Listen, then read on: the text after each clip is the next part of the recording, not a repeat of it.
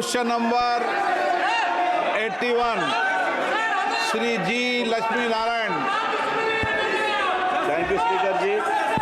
माननीय मंत्री जी, The question number 81. The details of the total number of centers of excellence for skill development established सभापति जी प्रश्न का उत्तर सभा पटल पे sectors they focus on. The details of the number of COEs operational in coach each state, district wise. The details of the number of beneficiaries trained by the COEs in each state, including the details of placements or employees outcomes. The details of the financial outlay for establishing and maintaining these COEs along with the funding pattern followed for their operation, whether government funded, public, private partnership, etc. Whether there are any proposals to expand or establish additional COEs in the future across the country, especially in Andhra Pradesh, sir. And if so, the details thereof, and if not, the regions thereof. Thank you, sir.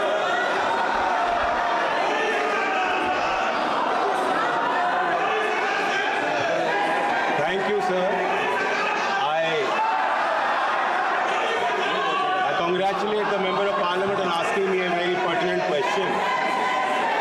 Andhra Pradesh government has taken substantial steps and given a lot of credence and recognition to the space of skilling. I'd like to inform the House and the Honourable Member that the entire system of giving national recognition to centres of excellence is designed to bring more visibility to impactful, credible institutions. We are providing a national recognition to these institutions. The Ministry of Skill Development and Entrepreneurship issued guidelines with this regard in 2019. A total of 6 COEs have been recognized, given that status by the ministry. But apart from this, a total of 202 centers of excellence have been established with the help of our sector skill councils. The 36 sector skill councils, as you know, are the principal bodies where we involve industry. In fact, these organizations are led by industry and they work in coordination under the ministry as well. Sir, out of the 202, because the Honorable MP asked me about Andhra Pradesh, a total of 8 centers of excellence have been established in Andhra Pradesh. Thank you. supplementary. Sir, my constituency Anantapur receives sunlight all around the year, sir, and it is home to 2 major solar parks contributing 62% to the state's renewable energy capacity, sir. A world-class energy university is also proposed to be established in Anantapur, owing to the region's immense renewable energy potential. Under the visionary leadership of Nara Chandrababu Naidu Garu, Andhra Pradesh has recently introduced the AP Integrated Clean Energy Policy 2024, sir, targeting the generation of 78.5 gigawatts of solar and 35 gigawatts of wind power over the next 5 years, sir.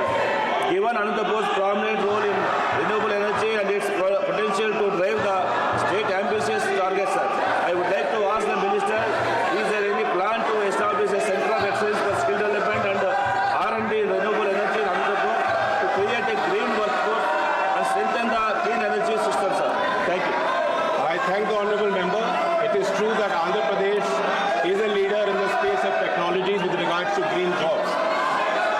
The Honourable MPs asked me specifically about the green job sector. I'd like to inform him that out of the 36 sector councils, one of our councils relates specifically to the space of green jobs. And there is a lot of potential. For instance, the PM Surya Ghar Muft Bijli scheme is targeting 1 lakh jobs. Our ministry is working in coordination with the ministry and the scheme. Under PMKVY 4, we are targeting to create a large number of jobs under this scheme. The Green Hydrogen Mission targets 6 lakh jobs in the value chain, and 50,000 OJT training is also targeted by the mission. Likewise, our ministry is working in consonance with that scheme as well. Sir, our Green Sector Council has trained 5,82,579 candidates in the space of solar energy, waste management, wind energy, green hydrogen, small hydro, and other green jobs. The Honourable MP is asked specifically with regards to setting up a centre of excellence in the state of Andhra Pradesh.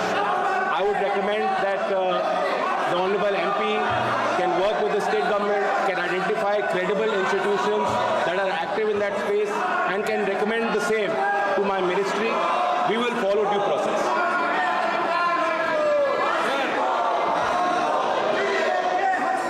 माननीय सदस्यगणों, प्रश्नकाल आपका समय है। मैं आग्रह करता हूं कि प्रश्नकाल को आप चलने दें। कृपया अपनी अपनी सीट पर विराजें। सदन की कार्रवाई आज 12 बजे तक के लिए स्थगित की जाती है। अगर आप ये वीडियो YouTube पर देख रहे हैं तो हमारे चैनल को सब्सक्राइब कर बेल आइकन दबाएं और Facebook पर देख रहे हैं तो हमारे पेज को लाइक करें। 8 मिलियन प्लस सब्सक्राइबर, आपके इस भरोसे के लिए बहुत धन्यवाद।